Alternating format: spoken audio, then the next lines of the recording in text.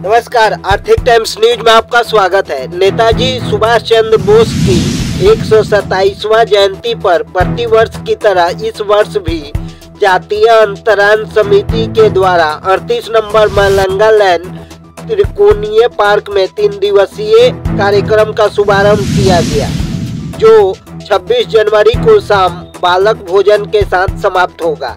इस अवसर पर हमारे रिपोर्टर ने संस्था के सेक्रेटरी शांतनु मुखर्जी और सांस्कृतिक संपादक निहारिका मुखर्जी से बातचीत किया और उन लोगों ने क्या कहा, सीधे चलते हैं मलंगा लैन के 3 कोणीय पार्क में। এই অনুষ্ঠানটা 1945 থেকে ধারাবাহিকভাবে হয়ে আসছে। আমাদের 3 জেনারেশন আগে থেকে এই অনুষ্ঠানটা পরিচালিত হচ্ছে। বর্তমানে আমরা এই অনুষ্ঠানটা পরিচালনা করি। এটা মলঙ্গা লেন ত্রিকোণ পার্কের সংলগ্ন অঞ্চল। এইখানে এই অনুষ্ঠানটি পরিচালিত হয়। বহু স্বাধীন মলঙ্গা লেন হচ্ছে ভারতবর্ষের স্বাধীনতা আন্দোলনের পীঠস্থান। এই খুবই অন্যতম জায়গা। এখান থেকে ভারতবর্ষের স্বাধীনতা আন্দোলনে আত্মোন্নতি সমিতি পরিচালিত হতো। আত্মোন্নতি সমিতির বিভিন্ন রকমের পরিকল্পনা, বিভিন্ন রকমের কর্মকাণ্ড এই অঞ্চল থেকেই পরিচালিত হতো এবং সবথেকে অন্যতম হচ্ছে মলঙ্গার রডা কোম্পানির অস্ত্র অপহরণ। এই অস্ত্র অপহরণ ভারতবর্ষের স্বাধীনতা আন্দোলনের সশস্ত্র বিপ্লবে একটা বিরাট ভূমিকা নিয়েছিল। আমাদেরই এই অঞ্চল থেকে তা পরিচালিত হয়েছে এবং এই যে অনুষ্ঠান আপনারা আজকে দেখছেন, এই অনুষ্ঠানটি অত্যন্ত গুরুত্বপূর্ণ। আজকের দিনে সম্পূর্ণ অরাজনৈতিক অনুষ্ঠান এবং সারা দিনব্যাপী 23 তারিখে সারাদিন অনুষ্ঠান হয়। সকালবেলা বাচ্চাদের দৌড় প্রতিযোগিতা হয়েছে, একটা নৃত্যের অনুষ্ঠান হলো। এরপরে দুপুরবেলা 2:30 থেকে আছে আমাদের দুঃসাহস প্রতিযোগিতা ছোটো ছোটো বাচ্চাদের।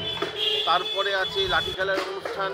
লাঠি খেলার পরে আছে অর্কিড শিল্পী গোষ্ঠীর ওদের একখানা সঙ্গীতানুষ্ঠান আছে। আগামী দিন 24 তারিখে বিভিন্ন রকমের আমাদের এখানে কর্মসূচি আছে। তার মধ্যে সবথেকে অন্যতম হচ্ছে আমাদের এই অঞ্চলের ইতিহাস নিয়ে 2টি পুস্তক এই মঞ্চ থেকেই প্রকাশ হবে।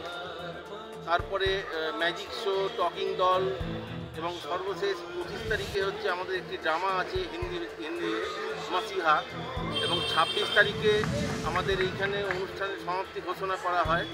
আতশবাজি এবং বালক ভোজন এই দুটোর মাধ্যমে হয়ে আসছে এবং এটা দীর্ঘদিন ধরে, এটা আমরা জন্মাবার আগে থেকে দেখে আসছি।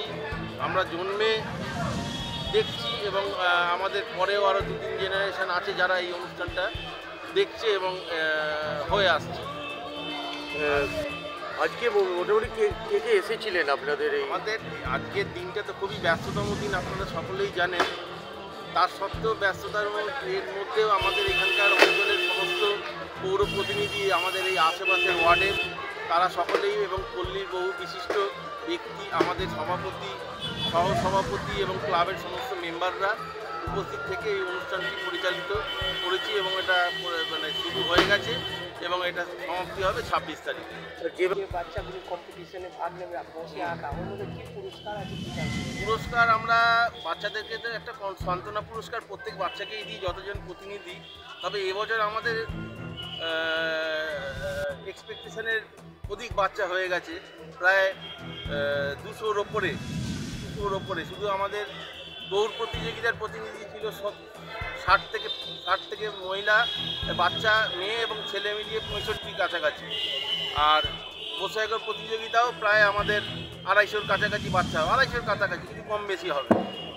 তো তাদেরকে নিয়েই তাদের প্রত্যেকের আমরা সান্ত্বনা পুরস্কারের একটা ব্যবস্থা রাখি, সেটা তাদেরকে দেওয়া হবে এবং তাদের মধ্যে থেকেই যারা ভালো সকলেই আঁকে, তাদের মধ্যে ভালোর মধ্যেও ভালো যারা আঁকে তাদেরকেও আমরা পুরস্কৃত করি এবং ট্রফি থাকে, ট্রফির সঙ্গে থাকে, সার্টিফিকেটটা আমরা দিই না, ট্রফি থাকে, ট্রফির সঙ্গে আরও টুকটাক যেরকম যে জিনিস অ্যারেঞ্জ হয়ে ওঠে সেরকম প্রাইজ আমরা দিই। আচ্ছা দাদা, নামটা? আমার নাম শান্তনু মুখার্জি, আমি জাতীয় আত্মোত্থান সমিতির সেক্রেটারি।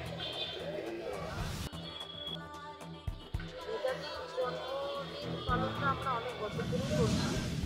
আমাদের একটাই লক্ষ্য, যেটা হচ্ছে আজকের দিনটা কতখানি গুরুত্ব। নেতাজির জন্মদিন পালন করছি, বড় বড় মানুষরা আসছে আর বক্তৃতা দিচ্ছে, এটাই আসল নয়। এটা হচ্ছে আমরা নেতাজির গুরুত্ব দেশে ওনার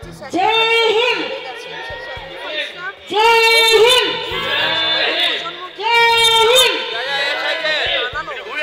এরপরে পুষ্পস্তবক আমাদের নেতাজি মানুষরাই পদদেশে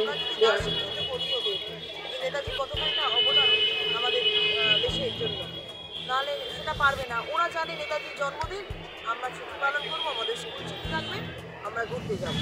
এটা শুধু নয়, আমরা বিভিন্ন অনুষ্ঠানের মাধ্যমে চেষ্টা করি নেতাজির আদর্শটাকে তুলে ধরার জন্য।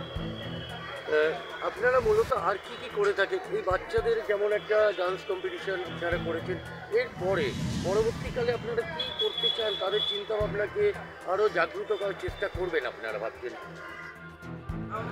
দেখুন, শুধু আমাদের জাগ্রত করলে, আমরা একটা সমিতি খালি যদি উদ্যোগ নিই তাহলে তো সম্ভব নয়। প্রতিটি নতুন প্রজন্মকে জাগ্রত করা, প্রত্যেককে এগিয়ে আসতে হবে, প্রত্যেকটি মানুষকে এগিয়ে আসতে হবে। বাংলার ইতিহাস, বাংলার বিপ্লবকে জানতে হবে। আজ দেশ স্বাধীন হয়েছে, কাদের উপস্থিত না থাকলে এই স্বাধীনতার পাঠে যদি না থাকতো তাহলে আমরা আজ দেশ স্বাধীন হতো না।